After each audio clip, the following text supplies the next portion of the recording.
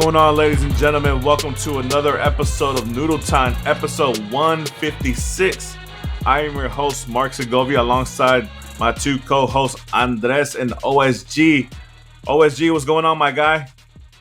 What's up, brother? Long time no see. Good. Well, technically, I did just see you just a couple days ago at the tailgate. But yeah, on the show, long time no see, man. Andres, we run it back on the Dash Dispatch, but good to see you, man. How's it going? Nah, man, I'm glad to see you. I mean, obviously it was a good time to see you at the tailgate, man. I see you guys are keeping busy with the dash. Congratulations to the girls. They're making a strong run to the playoffs, and hopefully we can get there. Best team in Houston. Shout out to them. Yeah. Shout out to them. Andres, what's going on, bud? Mostly good, man. It's been a bad week for me. Sun with Dynamo last weekend. Venezuela, no comment. And yeah, I'm ready to vent. Yeah, I mean, maybe I'm wrong. It's Bolivia. Bolivia made it to the play-in spot, right? Yes. Yeah. Okay. Man. Well, I mean, for those who don't know, I mean, I support Salvador. They won against Guatemala and Guatemala, which was a huge surprise. And then, which obviously got us all excited. And then for the first home match against Suriname, we unfortunately lost 2-1. So that kind of balanced everything out in the universe. Obviously those guys have a bunch of players that used to play, youth football in Holland and in the Netherlands and stuff like that. So, it's obviously a different type of level, but that's neither here nor there. Guys, well, before we get off of anything, guys, obviously today is September 11th. Obviously it's a day of remembrance, National Day. 24 years ago. Man, shoot, saying that is crazy. 24 years ago, wow. 24 years ago. I remember what I was doing that day. Yeah, I think all of us can probably remember what we were doing that day. 24 years ago, an unfortunate, tragedy, something in history that will go down, obviously in the textbooks when our kids and kids are going to read happened. And unfortunately, one of the biggest black eyes in American history. Over 3,000 people dying on that day, unfortunately, things like that. So before anything, just want to give out like a moment of silence for all those who were affected, on that tragic day, 9/11, 24 years ago. Yeah, let's do that right now.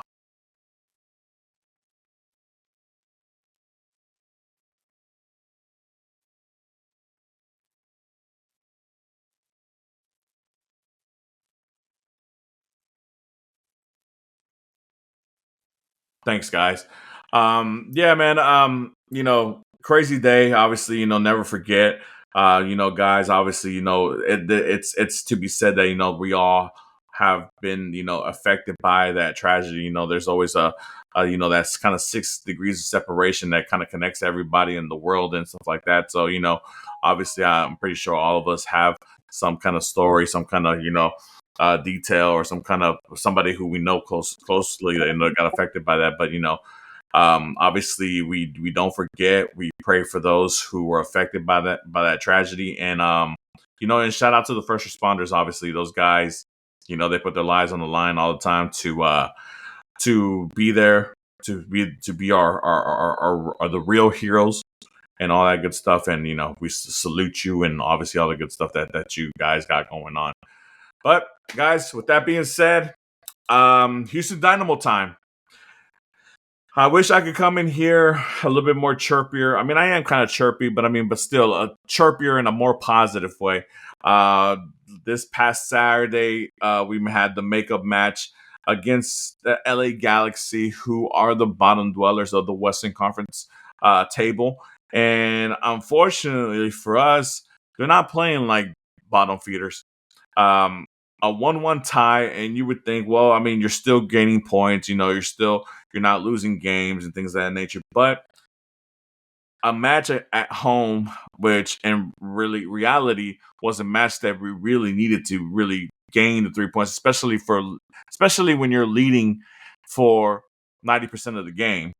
and then to lose it on the last minute kind of brings karma back from last season when one Daniel Stairs ruined it for the LA Galaxy on decision day last year. But unfortunately for them, or fortunately for them, it knocked them down to the second spot. But they eventually went on to lift up MLS Cup. So maybe this is the little down that we take to the higher path of making the playoffs. Maybe for us, maybe this is our little bump on the way. Who knows? We'll see. We still have. Look, Mark, real quick. This was a bonus win. I mean, a bonus win to get the 1 point because LA Galaxy have not won on the road this year during MLS play Yeah. all season. So, most importantly, you didn't want to lose because if you lose at home to them and give them that first win, all hell was going to break loose. You salvaged, you got the tie. You did score in the last second to give up the freaking game, but whatever. Yeah, so I mean, 1 point, obviously, at the end of the day, it's about gathering as many points as possible to at least make it into the ninth spot. And currently, right now, we're 3 points away from that elusive ninth spot. Let's talk about the game this past weekend against LA Galaxy. Andres, I'll start with you, man. I think last show, I spoke in depth a little bit about one Ezequiel Ponce and about how harsh I think the fans have been on him as far as because of the investment they made on him, the type of money that he makes, being our only DP, and the lack of goals being scored. And Bernat, he scores the goal for the Dynamo, his 9th on the season in MLS, his 11th overall this whole season. Your thoughts on the game and especially on Ponce's performance?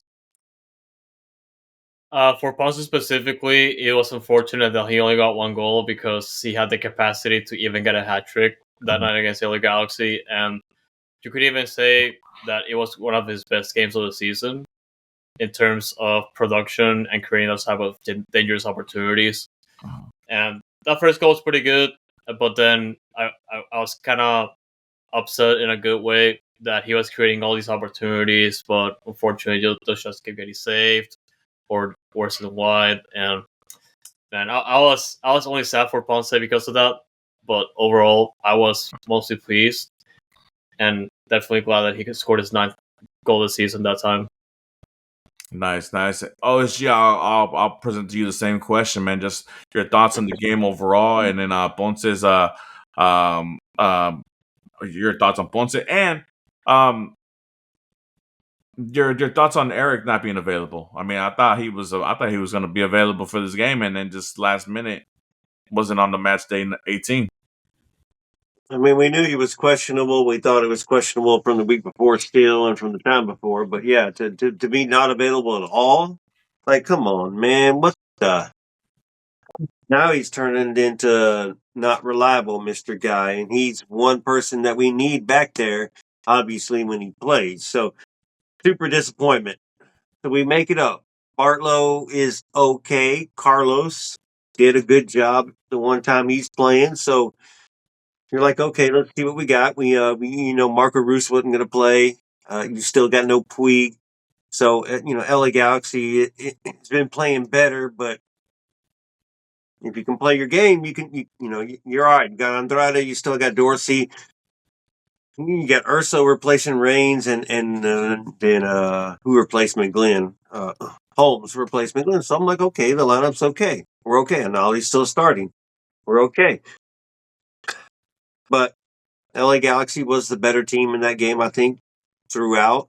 Ponce did a good job for the most part. He did score when the ball was given to him. He had another close one, like Andres did mention. So give him credit for what he did in that game. He did a good job, but definitely a game we probably should have won and should have held on to, most definitely.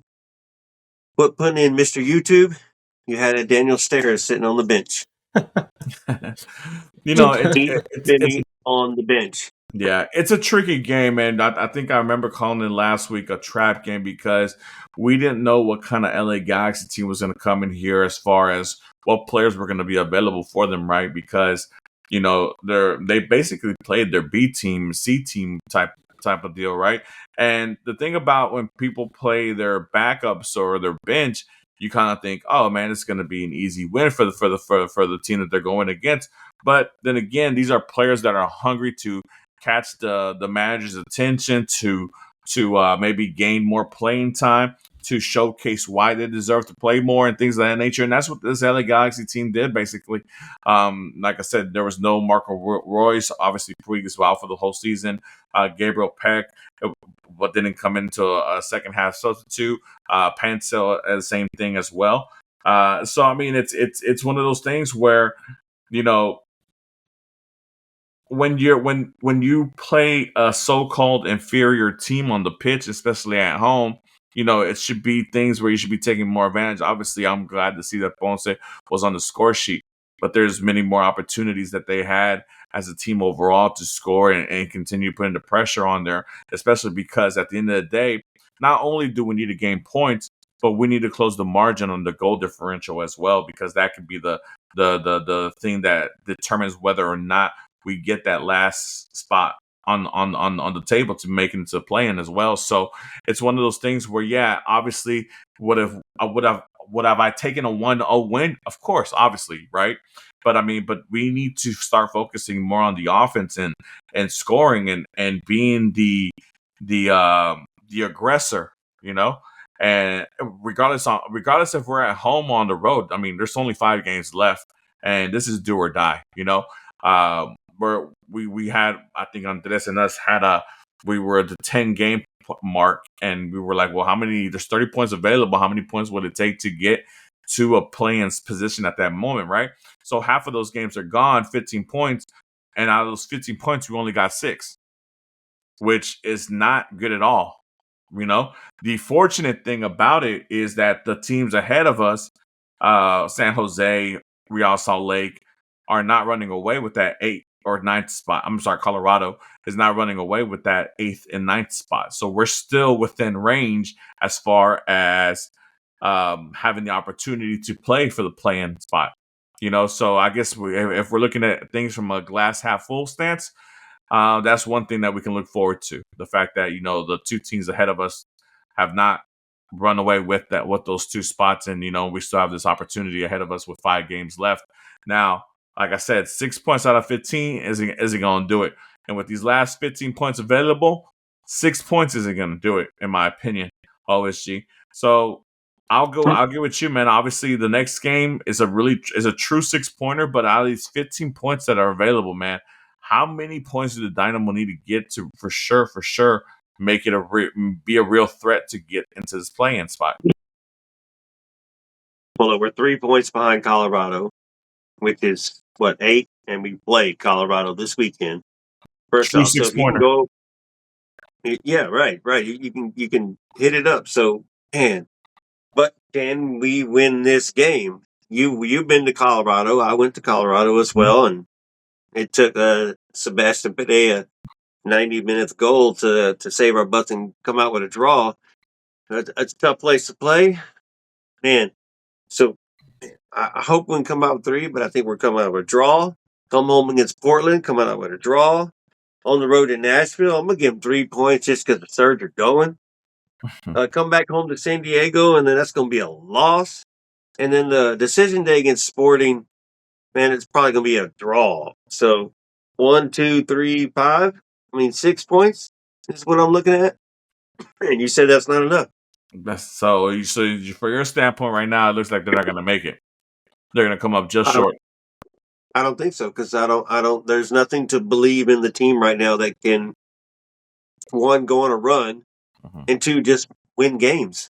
Yeah. The 2 at home, the 3 on the road are not easy games either. They're tough games. Yeah.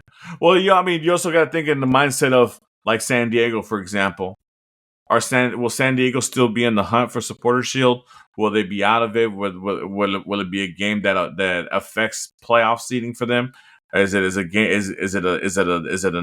a non-meaningful game where they perhaps don't play their ace squad because, you know, obviously they're trying to get rest for the players before they get into the playoffs? San Diego's 3 weeks before the end of the season too, so there's no worry. They're playing their best lineup against us. They're mad that we beat them on July 4th, technically July 5th, in their home, and then the playoffs don't start till, for them, a month later. So no, they're playing their best lineup against us. That's October 4th. Yeah. Decision day is October 18th. So, yeah. So, Sporting is going to play their best lineup. Nashville, the best lineup. So, we have to be our best and play our best. And what do you get? You played well, and everybody can blame one sub on the failure. But Femi comes in, and then we give up a goal again, back to back. But Ben was doing well up to that point. Yeah. So Andres, I'll give you the same question, man. Obviously, 6 points out of 15 these last 5 games. Wasn't good result. I mean, we could have had 8 out of 15, which would have been a lot better looking, but obviously that's not the case. How many points do you think we need to make this play-in run, a legit run? On paper, we only need 2 points to get in touch with a playing spot, but in terms of having confidence from the fans that you can actually make a run at the playoffs, is to not lose a single game and win as many games as possible. Even though we are at a pretty low bar when it comes to getting in the playing spot, like OSG said, there's absolutely no reason why we should believe that even if they make the playing spot, either because they got lucky in some games or because other teams in the conference messed up, there's no confidence in going back to fans saying that, okay, we have a legitimate chance of making a run. So it's really up in the air. That game against LA Galaxy, it really pissed off a lot of fans, especially in that second half, just for throwing away that type of result that the team needed, because we have not won a single home game since June. We have not won a single game since June. On top of the fact that we've already lost the most amount of games at home in club history in MLS play. So we're looking at season 20, a season of celebration. And obviously, I already talked about it previously, but that on top of the fact that we cannot get the points that we need, home or away, it's just really disappointing on a fan's perspective. For sure. Of course, it's always going to be a matter of we can win a game week in and week out. But as we see it as fans, as people that we have been following the team for so long, and in the last 2 years that we have seen so much significant success, like there's no reason for us to believe that we can actually make a run. And it hurts me to say that because we have a lot of players on the team that care. Mm-hmm. Unfortunately, we are in a situation where like depth is not cutting it with like how the league plays. And obviously, it's unfortunate too because we've lost a lot of players over the course of the season because of injuries. But yeah, it is what it is, and yeah, it's unfortunate. But I don't believe so. Like if they can make the playoffs and a run, I'd be happy to be proven wrong. Sure. But of course, if they can stop losing games and actually start winning games, that would be a pretty good start. Yeah, I think at this point, obviously, this is far from anything being called a successful season or whatever. I think to salvage the season, if we're going to use S words here, obviously we would love to end up in one of those 8 or 9 spot, to at least be in the plan, and then after that, it's basically playing with house money, right? Obviously with how the season has gone and all the expectations kind of being thrown out the window. And it like I said, I mean, it's, as a fan, obviously it's disappointing because, we saw such a quick turnaround from the end in the Ted Siegel era, right? We thought that the process was going to be a lot longer because of how much of a deep hole the club has been set from the prior ownership group and all that stuff. But thankfully enough, it wasn't as long as we thought it would be. And the turnaround has been pretty quick. We lifted a trophy, made a nice little playoff run, back-to-back seasons on the playoffs. And this third season, or third and a half, or however you want to look at it, we've kind of come to a little bump in the road, which obviously, do I expect every season to be, up and up and up and up? No, obviously that's unrealistic, right? Every team, regardless of what status you are, if you are one of the top echelon teams or middle teams or one of the bottom feeders, you're always going to have a bump in the road where that pushes you back a little bit. But I don't think anybody was prepared for the downgrade that we got this year, right? With all the transfer issues that we had to start the season, with the lack of accountability as far as bringing in players from the front office, with the injuries to the players that we were hoping that we would have, that would really help with this team to progress forward, and all that other stuff. It's been a combination of stuff that really, at the end of the day, has given us a shitty season. And it's an unfortunate thing, right? But like I said, if we're being optimistic and if we're gonna be fans who are always ride or die with the team, and which we are. I mean, because otherwise we wouldn't be sitting here doing this podcast for no reason. We're people who care about the club. We want to see the club grow. We want to see the club mature and be great. So obviously these last 5 games, I'm hoping that they can find something within inside of them that pushes them through, and and they can surprise us, and make this little run. Look, obviously you go into the play-in game, it's 50-50 depending on who you play with, and if you win, you're in. If you lose, you're out, right?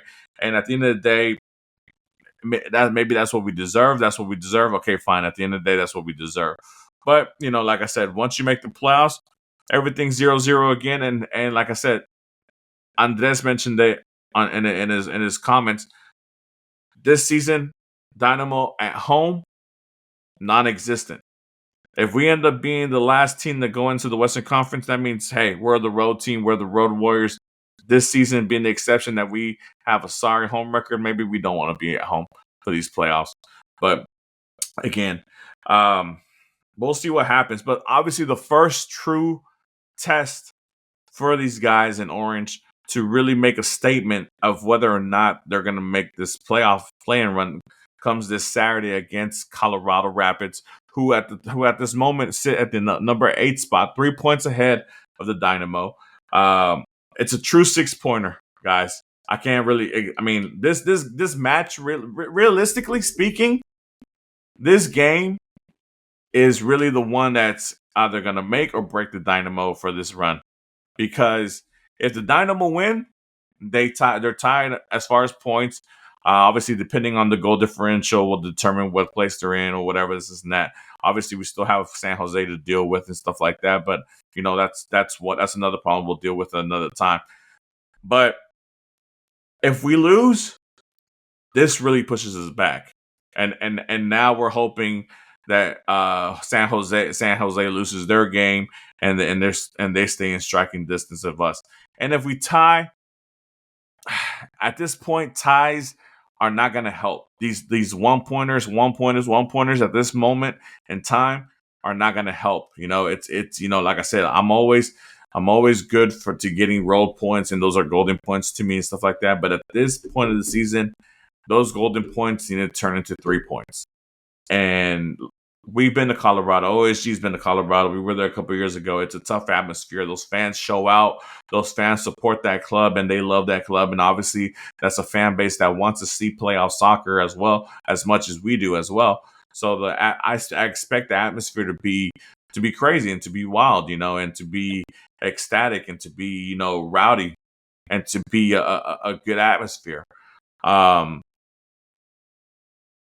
Benefits, Colorado's lost their last 2 games.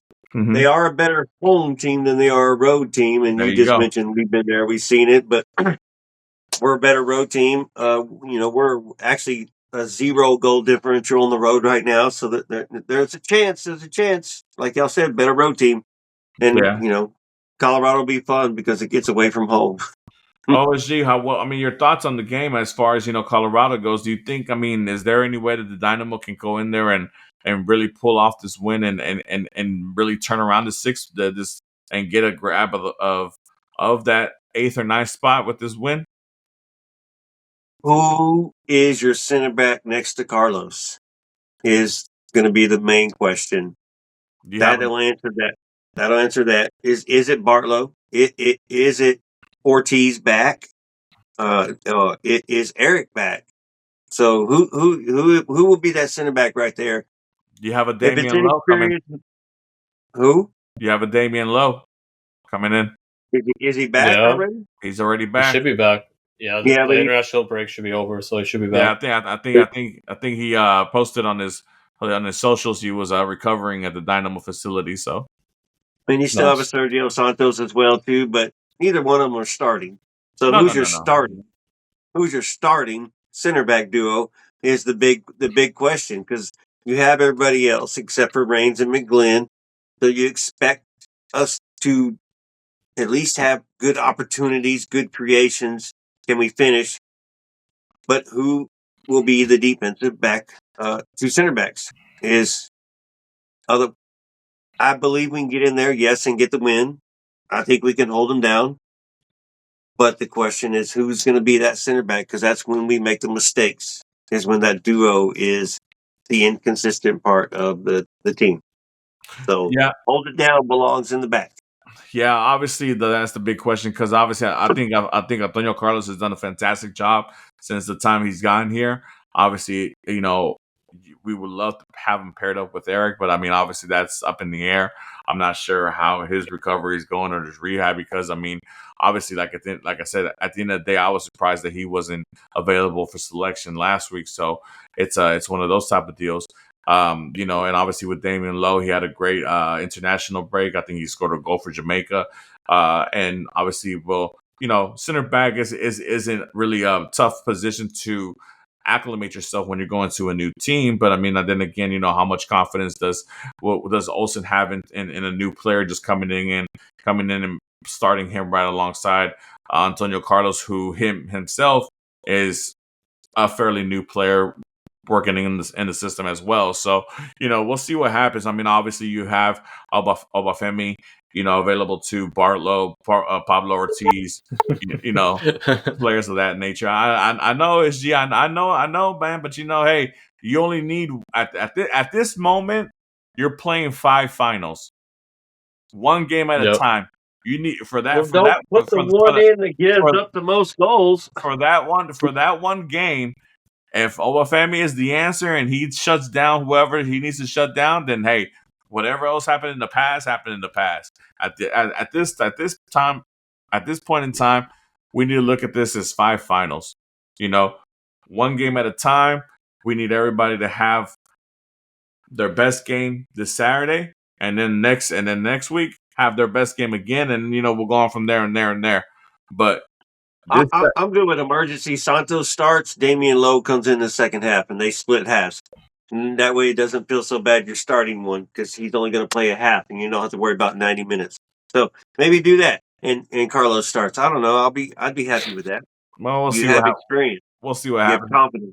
Andres, what are your thoughts about the upcoming game against Colorado? Obviously, a true 6-pointer, like I mentioned earlier. I mean, it's really the big match of these last 5 as far as whether or not we're gonna make this run or not. It's going to be a difficult game. Regardless of what Colorado looks like in the standings, they're always going to be a tough team at home. And we've seen it for so many years that we should already be getting used to it. But Colorado, like this year and even last year, they've been very ambitious. They've been signing a lot of national team players, former national team players, and with however they manage their soccer operations, they've been doing pretty good, and they've been making a statement when it comes to play some pretty good soccer in front of their fans and just be a nuisance to the Western Conference. And I feel like it's gonna come down to how bad the Dynamo really want it. We said that against San Diego when we went over there, and they happened to get this insane win out of nowhere. I don't know what nobody expected. So, are they going to be capable of doing that? And are the players that we need are going to be there? Obviously, Svechenko not being there is. I'm going to be extremely concerned if he's not there because the back line, as we've already discussed, it's been very inconsistent, and so are some of the players. But it's a matter of willpower. It's a matter of if we want the result or not. But like you said, there's going to be 5 finals. This is going to be our first final for the remainder of the season, and they cannot look back anymore. They have to win as many games as possible. Yeah, it's a matter of pride. I mean, at the end of the day, hey, are you gonna put up or shut up? At the end of the day, but I think one aspect that we're kind of forgetting as well, the fact that when I said that these 5 games are 5 finals, and at the end of the day, we can't really rely on ties anymore because there's one club in particular behind us that still has a chance to overlap us, in RSL with who has 2 games in hand over us, and they're only 2 points, I think 2 points behind us. So we always got to keep in mind that RSL is lurking as well, and obviously they have a star player in Diego Luna who obviously has national team commitments and stuff like that. But when he's playing, that RSL team, it looks completely different. Like something that to reckon with. So I mean, we gotta keep that in mind as well. That not only are we trying to chase down San Jose and Colorado, but we have RSL on our back pocket as well, basically biting at it at the moment as well. So we got to keep that in mind as well. Go 4 points in front of us without nothing. Yeah, exactly. So I mean, especially with 2 games in hand for those guys, those guys can go on a nice little streak. And I haven't seen their schedule. I haven't looked at it, to be honest. So I mean, I don't know how difficult of a schedule they have. I mean, obviously, I know it's compact because of they'll have a couple of midday weeks, or they'll have 3 games in 9 days or whatever, how it goes. But I mean, at the end of the day, the Dynamo have to focus on getting these wins, these 3 points.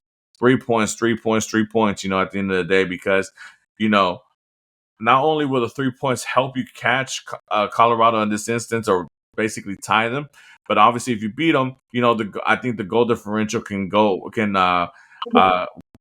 goes into our advantage. I think, if I'm not mistaken, depending on how many goals we score. So I mean, that's another thing to look forward to as well. So I mean, it's getting tight, guys. It's getting tight, boys. It's getting tight, and like I said, it's put up or shut up. And right now, it's a tough call. I wish I could be more confident. Like I said, I think my confidence level would be a lot more higher if I knew Shevchenko was going to be available and he was healthy. Because I think obviously you saw what he did when he was when he played against St. Louis, especially that first half, how much of a difference the defense looked, and how much of a better Dynamo team it looked. It reminded us of the Dynamo team from the last 2 seasons. So I mean, we'll see what happens, man. I hope that he's at the very least available for selection. But that's obviously that's to be determined. Guys, I guess I'm gonna ask you guys your predictions for the game against Colorado Rapids. OSG, I'll start with you, my guy. Oh man, thanks. I'll stick with the draw that I said earlier, and I would like to see a win. I'm just not confident on the XG part of the game, but 1-1 or 2-2. I'm gonna maybe the 1-1 because can we score twice? 1-1, and Ollie scores the goal. 2 penalties. 2 penalties. What about you, Andres? I was actually thinking about 2-2, and I'm gonna stick to that. 2-2. I feel like there's gonna be one of those games that it's on the road, and Colorado might be like confident, and they get ahead of Houston for a little bit, and Houston for somehow in some way just able to get those 2 goals. Let me ask you a question on that 2-2 tie, Andres. Who ties up the game? Colorado or Dynamo? I'm gonna say Houston ties the game. Oh, so it'll be a dramatic finish to get the game tying goal. Fire at Will, what's going on, my guy? He states in the chat, Lowe should start. There's no system for him to get acclimated to. He's a center back. Yeah, which I agree with. It's a center back. You got to defend. It's basically, it is what it is.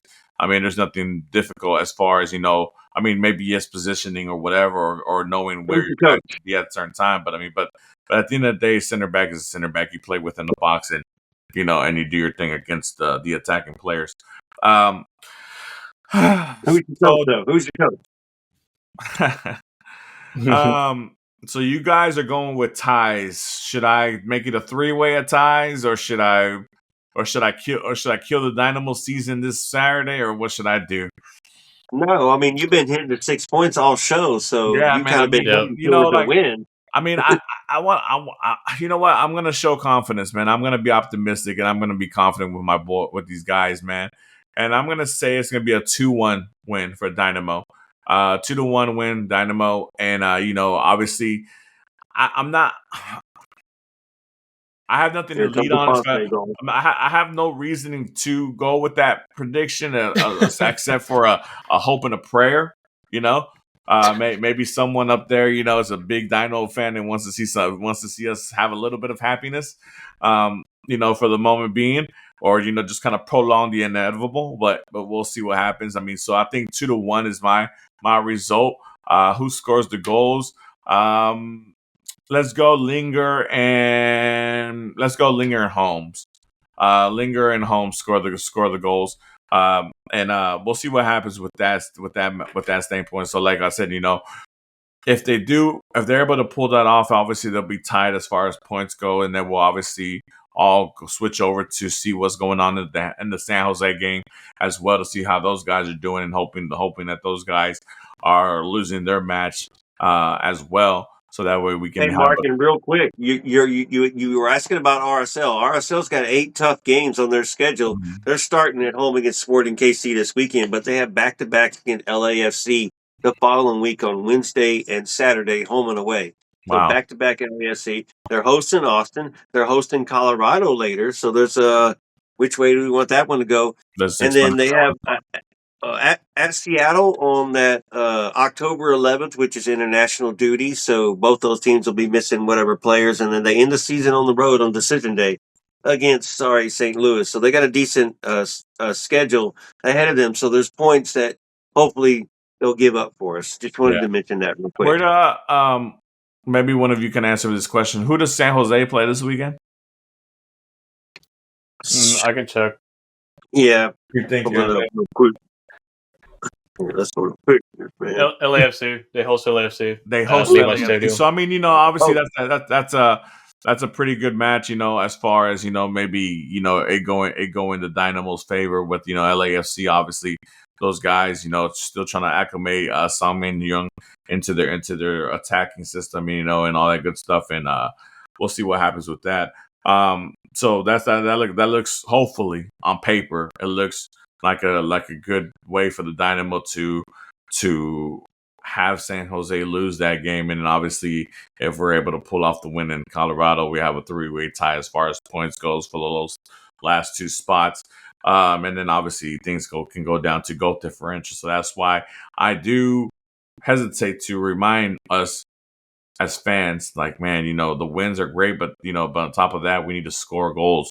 We need to score goals, because at the end of the day, if this team is able to pull off this incredible run and make it into play-in, or have the opportunity to make it in play-in, I would hate for the reason we don't make it is because of the goal differential.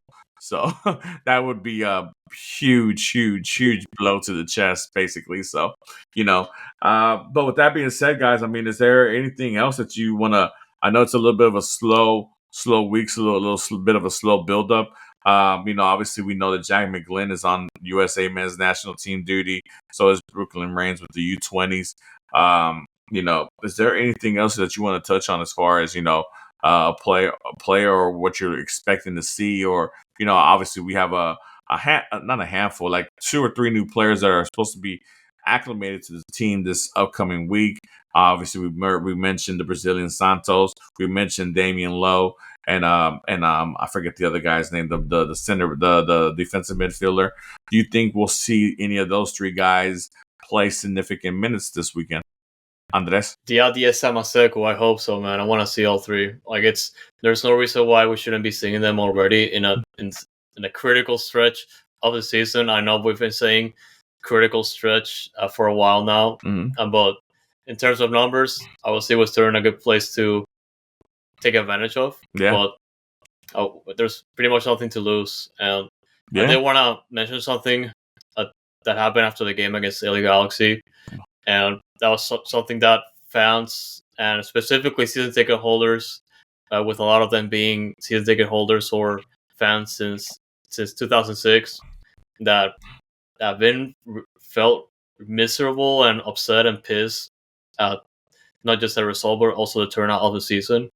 And there was this open letter that a fan, I forgot the name of the person, but the season ticket holder. Yes, I saw this. They put out an open letter which I retweeted because it shares a lot of the sentiments that I feel about this team, and it goes to show like a lot of fans like himself were just like extremely upset at not just the turnout of the season, but the fact that the team is nothing like the ones we've been looking at like 2 years ago in terms of performance and output. And after that, like Glenn Davis, shout out to Glenn Davis, like he quote retweeted that, just like absolutely saying or portraying the current state of the Dynamo, because a lot of the fans that have been there like since day one, and a lot of the fans that stuck out like before the Matt Jordan era came in, like those fans are all gone only because of the lack of investment. And obviously Tessigo has that opportunity to bring them back, but without that type of investment, with that type of consistent winning and that competitive edge, you're gonna lose out, especially on a competitive market like Houston. If you don't win, people are not gonna show out, and they're gonna quit very quickly. So that's essentially one of the reasons why we have like pretty miserable attendance numbers, like in the past, compared to that. And For sure. I just wanted to mention that because that's something that I've been obviously within debating in certain episodes, like the issues about attendance, but it's pretty much that. And Glenn Davis is like spot on there. Yeah, and if I can add to that, I mean, look, obviously, I know the Dynamo aren't as popular in the city as like the Astros or Rockets, and especially the Texans, right? But even those teams, when they've had lack of investment or lack of ambition during their respective seasons and their respective sports, they've seen downhill attendance. You know, remember a couple of years ago with the Texans after the whole Deshaun scandal. You know, the Texans were you couldn't give a Texans ticket away to go watch these guys. You know, and that's football, where football is king in Texas. You know, the same thing with the Rockets after James Harden left. You know, the same thing with the Astros when they were losing 100 games and you know in a row before Jose Altuve and those guys came over, right? So I mean, it's not, as a fan base, you know, fans are going to support the club ups and downs, right? Obviously, there's a lot of fans who just got blatantly frustrated and just left. Period. And I get it. I understand that, you know, especially because of the turmoil and the inconsistency and the lack of investment with the prior ownership group, right? And I get it, but you're never going to win those fans back if you're just scrapping for players and hoping that you find diamonds in the rough. Not to say that that's not part of the whole, you know, game and stuff like that. Obviously, you're trying to find a good formula of, you know, high-end players, middle-end players, and back-end players, right? You got to have a good mixture of everything. And you hope that, you know, some of your cheaper acquired players are diamonds in the rough and they're overplaying their contracts, right? That's what you want. But at the same time, you have to show that you have to show that investment to the fan base, you know, and you can't expect the fan base to be like, or ownership to be like, you know what, I can't because you guys are not filling my stadium. It doesn't work like that, man. You have to show the fan base first before you can ask them to fill the stadium. Otherwise, make these tickets cheaper, you know, because you know, we all talk about dynamic pricing, and obviously dynamic pricing has been a topic of mention because of the World Cup and stuff like that coming up and whatever. Hey, dynamic pricing. Hey, when the team sucks, I shouldn't have to pay no damn 25, 30, 40 bucks to go see them, you know. To be honest, hey man, make it a $5-10 ticket. When tickets don't sell, we talked about giveaways.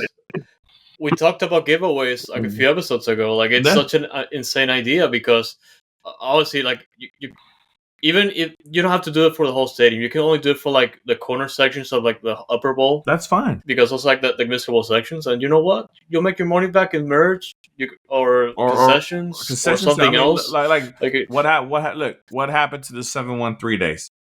The 713 dates, you know? Like, you know, I get it. I understand that you at a certain point you have to make money and you have to this and that, but you're not gonna make any money if only 7,000 people are showing up to the stadium. You know?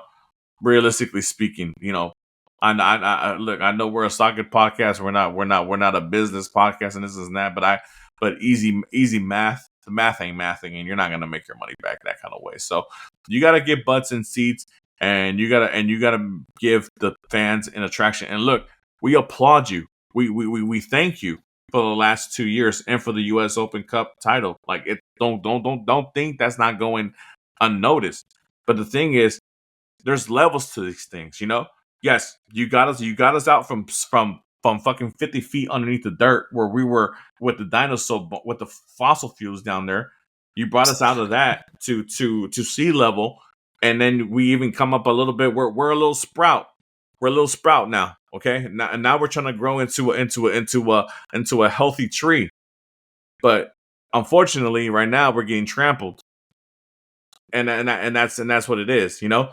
So I mean, you know, it's Fire will, yeah. Like he's give the tickets to youth teams. Yeah, for sure. I mean, and I'm not saying that they don't, because look, I know that a lot of youth teams and club teams around the city do get tickets free from the Dynamo and stuff like that, and they go and that's where they get their mascots and stuff like that. I'm not saying that they're not doing it, right? But right now that you're not seeing the tendency, you're not go into overdrive with that stuff, you know. People are gonna appreciate it, you know. Like I said, the 713, $7 tickets, $1 hot dogs, $3 beers. You know, like I said, at the end of the day, I don't want to pay no damn $15 for a beer to sit there, you know, in this hot blistering sun, you know, watching my team get destroyed at home every weekend, week out. You know, it's not a fun experience. It's not a fun experience at all, you know? So Kids nowadays think marketing is editing, and that's all they're worried about. They're going to edit a picture and make a good video and think that works. I sold some tickets because of that, and that's all. They don't know, man. They don't know. They don't know. I think they do, but it's just that, like I said, I think it's for them. You know, they keep. I'm trying to put myself in their shoes as well, right? I'm trying to find a solution for both ways, right? Because at the end of the day, like I said, what they've done doesn't go unnoticed. We appreciate what they've done, right? And we appreciate the investment that they've done so far. Obviously, the Dynamo headquarters, signing a player like Ache, bringing in a player like Ponce and Inali. You know, obviously updating the seats and the stadium, and new concession stands and the east side of the stadium, whatever. All that stuff is great. Don't get me wrong, it's great. I love the food, I love the thing, whatever. It's all good, but it needs to keep going, man. You know, it needs to keep going. You know, if you want to see the same traction that LAFC, Seattle, Atlanta, Orlando City, Inter Miami are getting, then you have to do ambitious things like Inter Miami, LAFC, LA Galaxy, Seattle. You have to make those type of moves. You know, Mark, we had 3,000 tickets available against the Galaxy, against a team that you expect to have a decent attendance with. You had 18,300 and whatever. So 3,000 tickets available. You could have done anything and anything within the city of Houston, and it would, like Andres said, a $0 ticket for someone to come to the stadium is going to get them to buy a $5 bottle of water, a beer, $6 jerseys, popcorn, something. Yeah, for sure. No, I get it. You know, Free train to the stadium with the ticket. Come on. And the thing is, like, you know, obviously I understand that, you know, the resources are different and there's different levels to it, right? And the thing where I think that kind of held them back a little bit is when they signed Ache and they brought him in. That was our first big, quote unquote, big name DP, right? You know, obviously he brought in a little bit of a fanfare because of Mexican background. What where he's played. Porto Atletico for Mexico national team. Obviously, first and foremost, and things of that nature. But I think that they went at it the wrong way, thinking that it was going to be our Messi or our Zlatan or our thing. I think that's where they went wrong.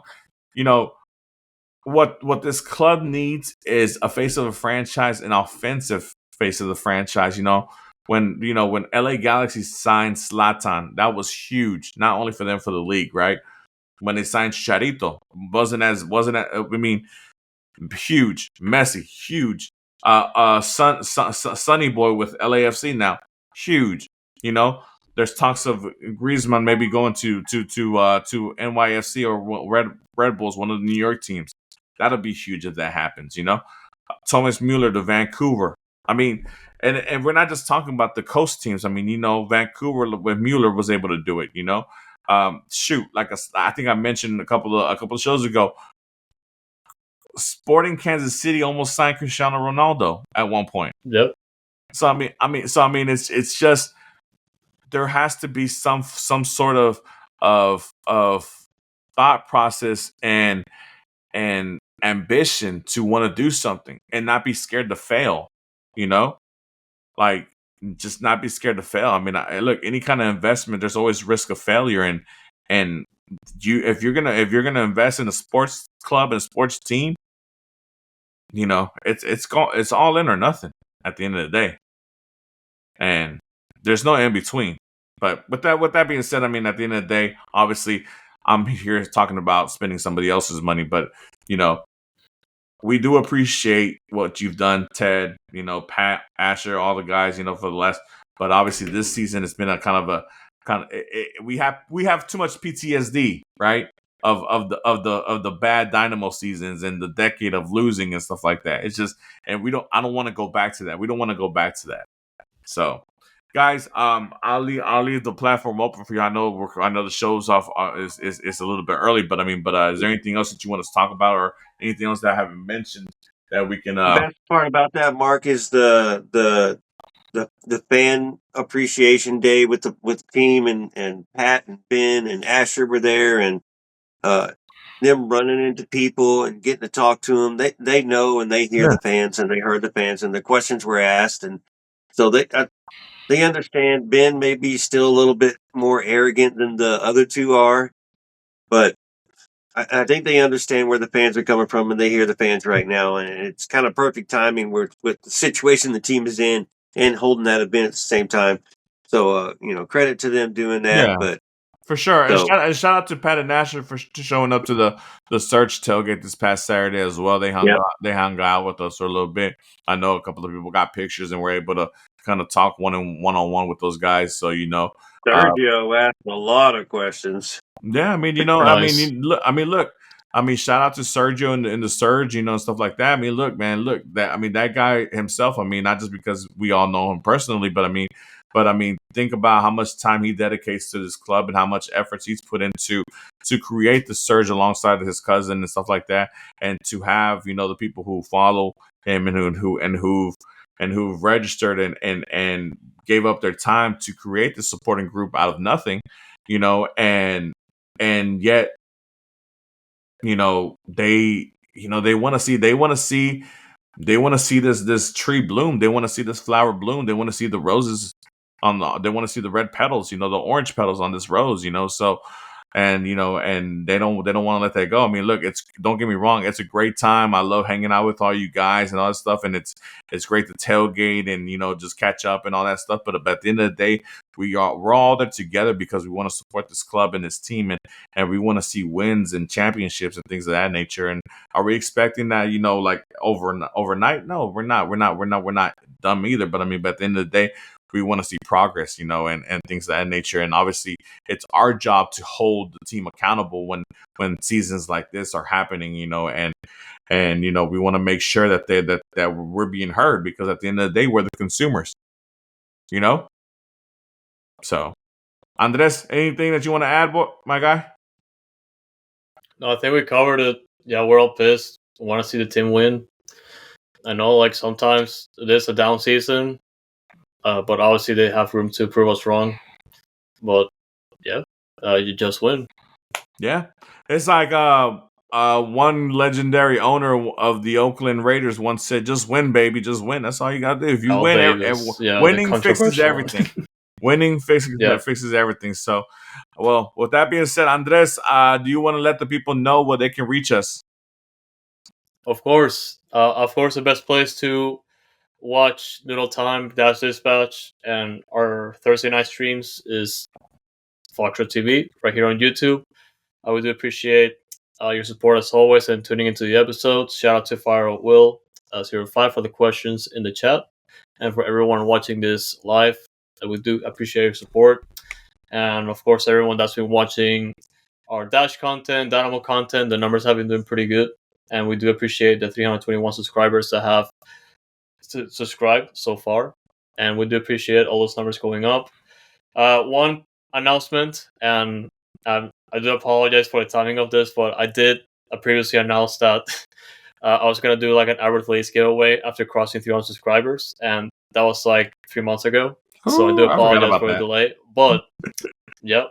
But I am doing the giveaway this weekend, starting this weekend. So keep an eye on Twitter as I will be posting the instructions, and just keep an eye on that because I'm gonna be giving a brand new Albert Lace bobblehead.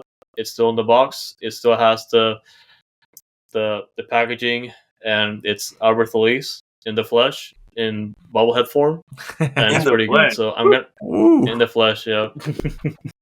Nice. But yeah, I'm gonna be providing instructions for that on Twitter, so stay tuned. Make sure you're following at Dynamic Foxtrot for the details and all that. And yeah, once again, thank you for getting us to 300 subscribers, and here's to 400 subscribers and beyond. We're targeting 350 subscribers by the end of the season. So once again, with you guys for your support as always. Whatever you are listening to this, of course, you can always search Noodle Time on any podcast platform. We're gonna be there. And if we're missing your favorite platform, just let me know. I'm gonna make sure we're added there. And of course, you're also gonna be getting Dash Dispatch as part of our weekly podcast episodes. And of course, Ghost TV is going to be another platform that you're going to be getting all of our videos. So make sure you are tuning into Ghost TV if you haven't checked it out already. It's a pretty good platform that hosts other soccer content creators like us. So I highly encourage you to do that if you haven't already. And we do have all the links to our social medias in the profile on YouTube and Twitter. But at Dynamic Foxtrot, it's going to be our handle for X, Instagram, and Blue Sky. We also have another handle called Noodle Tiempo on X. We're making sure you guys are all covered when it comes to Dynamo, especially Dash this year because they've been doing pretty good. So shout out to the Houston Dash.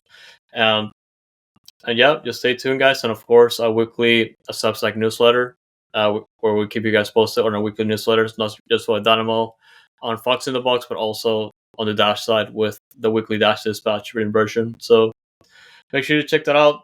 Like I said, all the links are going to be in the profile for YouTube, in the little page we have with all the links, and also on Twitter. So thank you guys once again. For sure. As he said, Dash Dispatch, we do it weekly. Pretty close to the end of the weekend, but we have a game in 2 weeks when the Dynamo are hosting Portland on Saturday. The Dash play on Friday night. So guys, y'all get y'all tickets. Y'all go see. Currently on a 6-game unbeaten streak since coming back to the second half of the season. Got a game this Sunday night at 5:00. So continue that streak. It's a third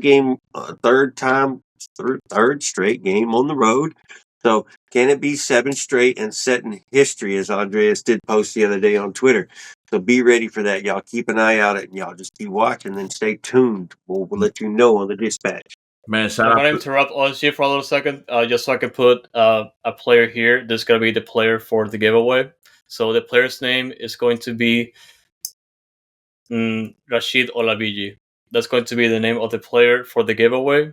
So make sure that's your answer for the instructions on Twitter. There you go. What was the name again? What was the name again? Rashid Olabiji. Rashid Olabiji. There you go. Yeah.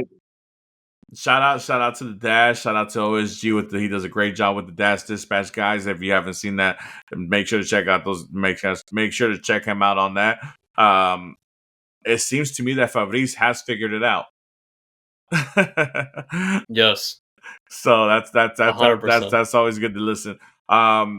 Speaking of We which, have an Angela at the helm. there you go. Speaking of which, guys, obviously, Andres, like you said, like you mentioned, Albert Elise bobblehead giveaway. He'll more details maybe coming up on Twitter. Maybe next show we'll have full details on it as well. Like he mentioned before, guys, we made it to 300 subscribers earlier this season. We want to finish out making it out to 350, guys. So if you can help us get to that, I will definitely throw something big if we can get to 350 before the season ends for the Dynamo. I'm gonna figure it out, and I'm going to announce it next Thursday once we do the Albert Elise bobblehead. So if we get to 350, there's one more giveaway at the end of the season if we get to 350. So guys, let's make it happen. We appreciate the support. Again, guys, today obviously being a little bit of a somber day. Obviously we know what happened 24 years ago, and obviously we know what's going around in the country at this moment with the actions that happened yesterday, basically, and things of that nature. Yeah, crazy times. But at the end of the day, guys, as long as if we all have love and compassion for one another, this whole world can continue to go round. And we have nothing but love for all you guys, and we appreciate the support that you give us. And like I said, we just want to make sure that that we give you the content that you want, and we're answering the questions that you have to ask. And if you have any questions that you want us to ask, hey, feel free to contact us at whichever one of the platforms that Andres mentioned earlier. But with that being said, guys, whether we're up and down, we're always going to hold it down for H-Town. So, let's go Dash. Let's go Dynamo. Dynados. Let's go, guys. Let's make it happen. H-Town, hold it down. H-Town's up. Stay real, y'all.